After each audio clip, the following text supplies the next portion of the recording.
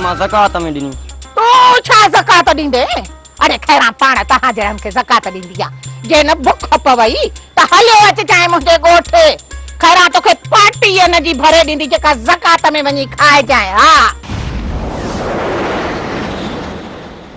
हल हाणे हलो हेॾे हेॾे हले काॾे तो हेॾे कर वठ हे कुलबियूं खराए मुंहिंजे मुस्फ खे बिस्तरो जल्दी कर। हलो हाणे हलो टर हलो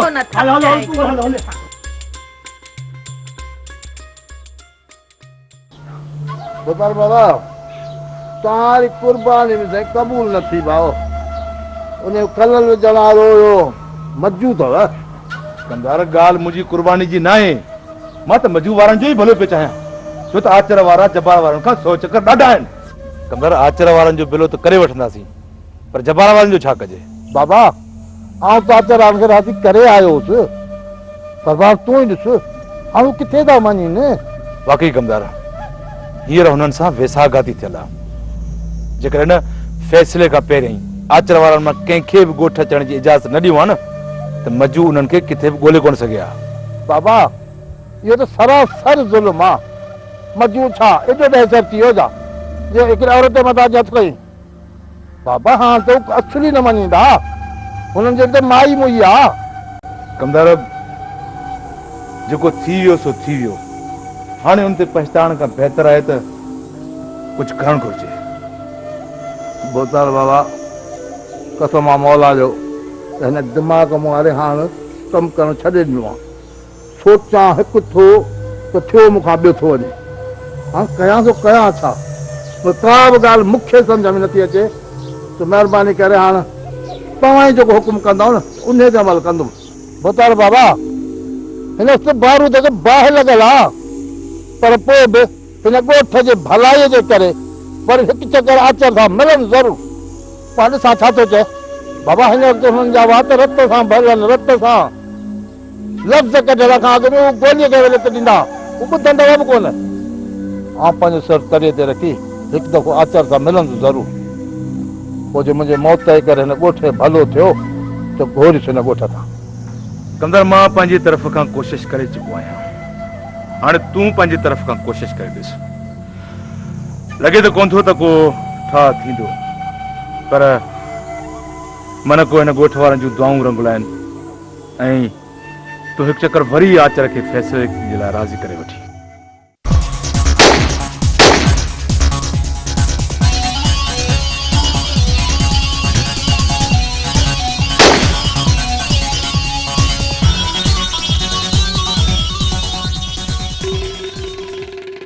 साहब ही तो वो गुम थी तो पाण रिश्तेदार हाली मिलूं। रिश्तेदार मिलण जी का बि ज़रूरत कोन्हे।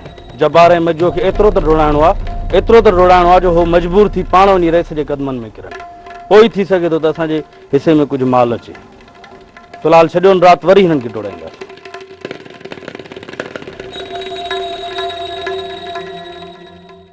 अदा धोखो करे विया, वॾो धोखो करे विया। रेस वारनि खे ख़बर हुई त सिधी जंग में हू कॾहिं बि पलांत करे न सघंदासीं।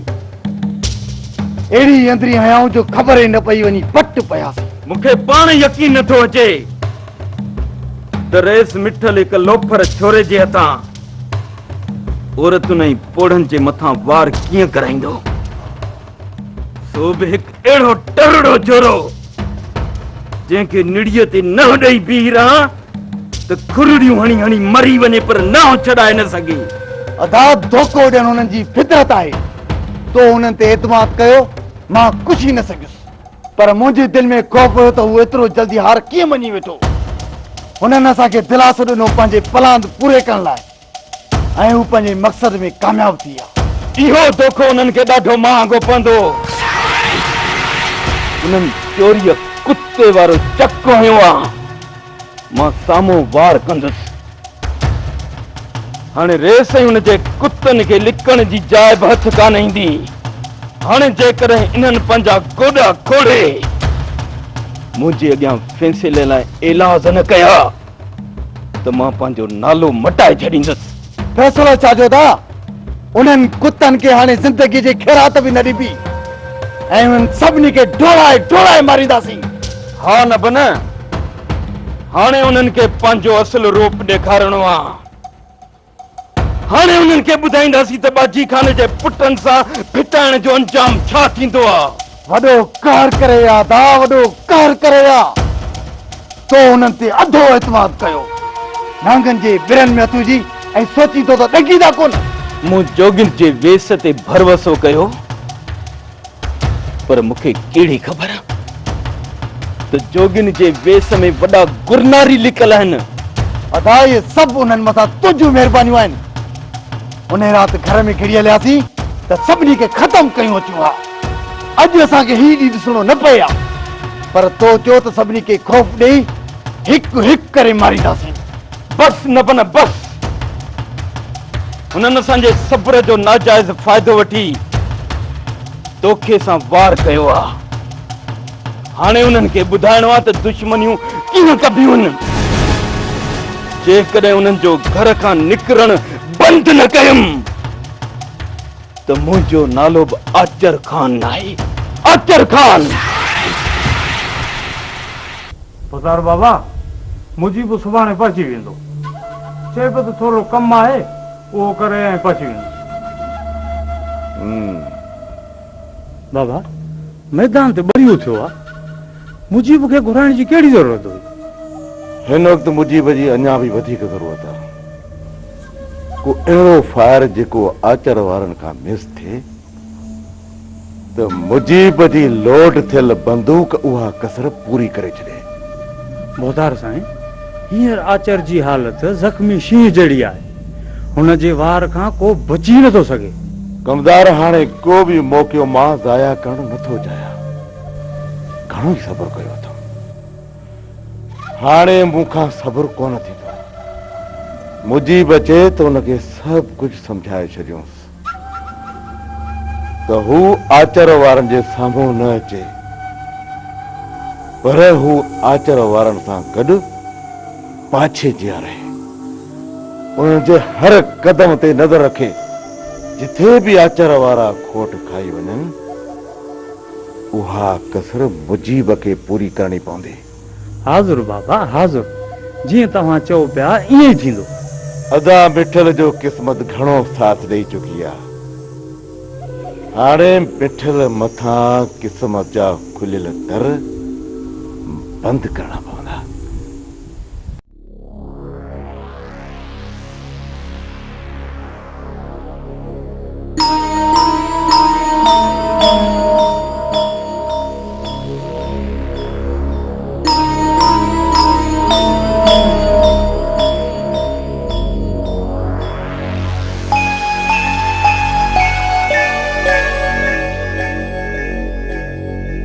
पुट पई ख़बर त काथे आहे? न बाबा, सॼो मुल्क रुली आयो आहियां, का ख़बर नथी पए त वञी किथे लिखियो। पुलिस खां त पाण बचाए भॼी वियो, पर हू वॾा ज़ालिम आहिनि। हाणे मोए माराए खां सवाइ कोन मिलंदा। किथे हुन ज़ालिमनि जी रुख न चढ़ी वञे। पुट, घर में तव्हांखे पुलिस वेहण न ॾींदी, ऐं ॿाहिरि दुश्मन तव्हांजी ताड़ में हूंदा। बाबा, अजायो ख़ौफ़ छो था कयो? चूड़ियूं असांजे हथनि में न आहिनि। जे आया त निभरी पवंदासीं।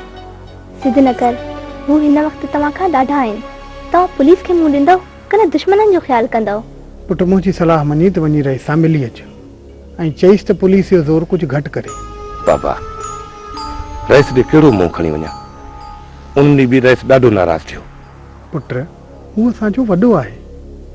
जेकॾहिं असां का ग़लती कयूं था त नाराज़ थियण जो हक़ हुनखे बि आहे। जे कावड़ न करी त सुभाणे मां वञी नसीबा सां मिली अचां, उनखे मिंथ मेड़ कयां। जे उहे रईस खे चवंदी त रईस हुनखे जवाबु न ॾींदो। जवाबु त रईस मूंखे ई कोन ॾींदो। जेको कमु चवंदो मां त कंदो। पोइ पुट रईस खे चओ त पुलिस खे कुझु पैसा खाराए ढरो करे, न त रोज़ पुलिस दर ते बीठी हूंदी। प्लान त करे छॾियव, हाणे पुलिस में हथ छो नथा ॾियो? तुंहिंजी मर्ज़ी आहे त पुलिस खे हथ ॾेई फाई चढ़ी वञां। हा पुट, जेकॾहिं पुलिस खे हथ नथा ॾियो त पोइ हुननि जो कुझु बंदोबस्तु करणो पवंदो न। बाबा, रईस जेकॾहिं सचाई ते आयो त पुलिस असांजे दर ते ई कान ईंदी। रईस जे चवण ते सूबेदार अहिड़ो केस ठाहींदो जो उन्हनि जो खून ई लुड़ी वेंदो। तूं वञी रईस सां मिली अच। जेकॾहिं रईस राज़ी नथो थिए त मां पाण ई सुभाणे वञी अदी नसीबा सां मिली ईंदसि। उहा पाण ई रईस खे राज़ी कंदी।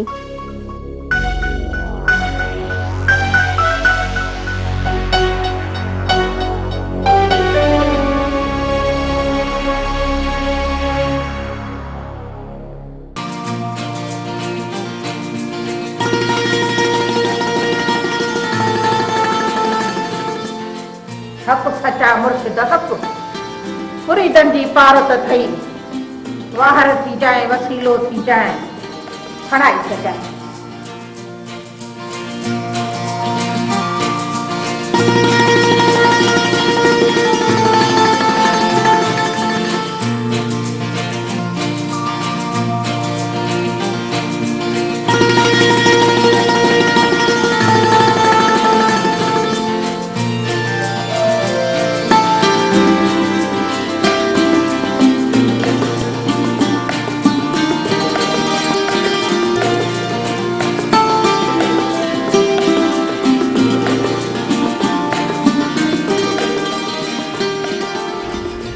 अल्लाह अकबर बस अल्लाह तो सणाई करे पियो।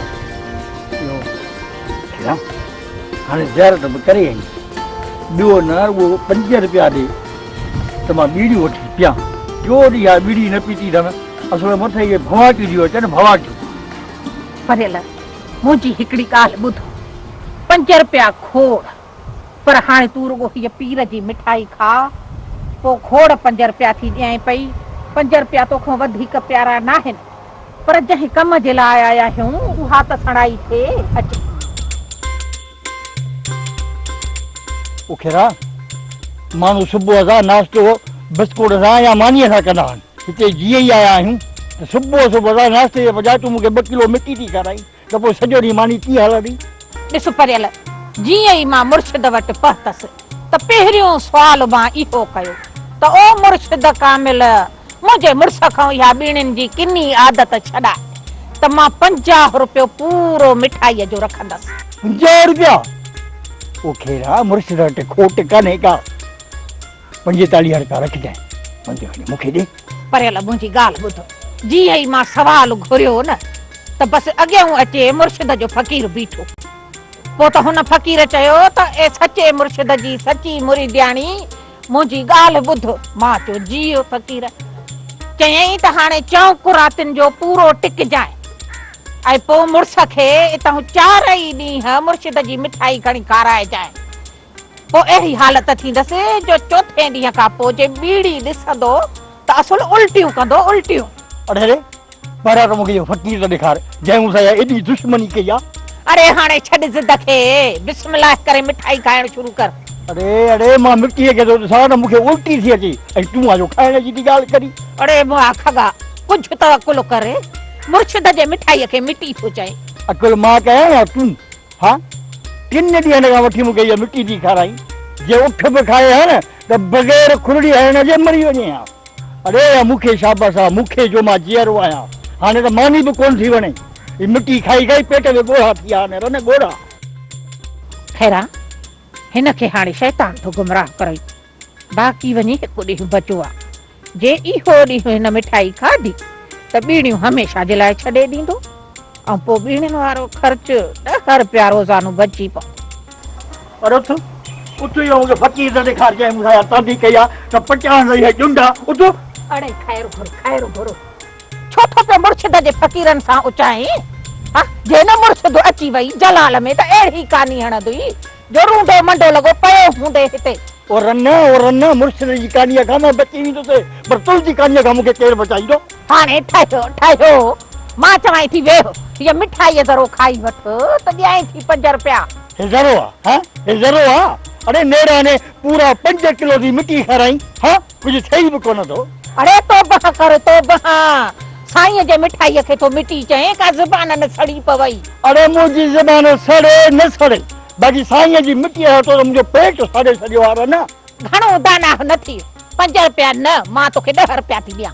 अरे 10 रुपया छा पर जे पूरो 50 बि ॾिए न त मां मिटीअ जी ज़री कोन खाईंदुसि। हे मुंहिंजो पेट आहे पेट वो अन्न जो गुदाम कोन्हे को जो मिटी बि हज़म त अन्न बि हज़म। खैरा जे सिर जो खैर हुजे जे अॼु तोखे मां मुर्शिद जी मिठाई न खाराई न त मां भी सच्ची मुरीदियाणी न आहियां मुर्शिद जी। हा तो समझो छा है?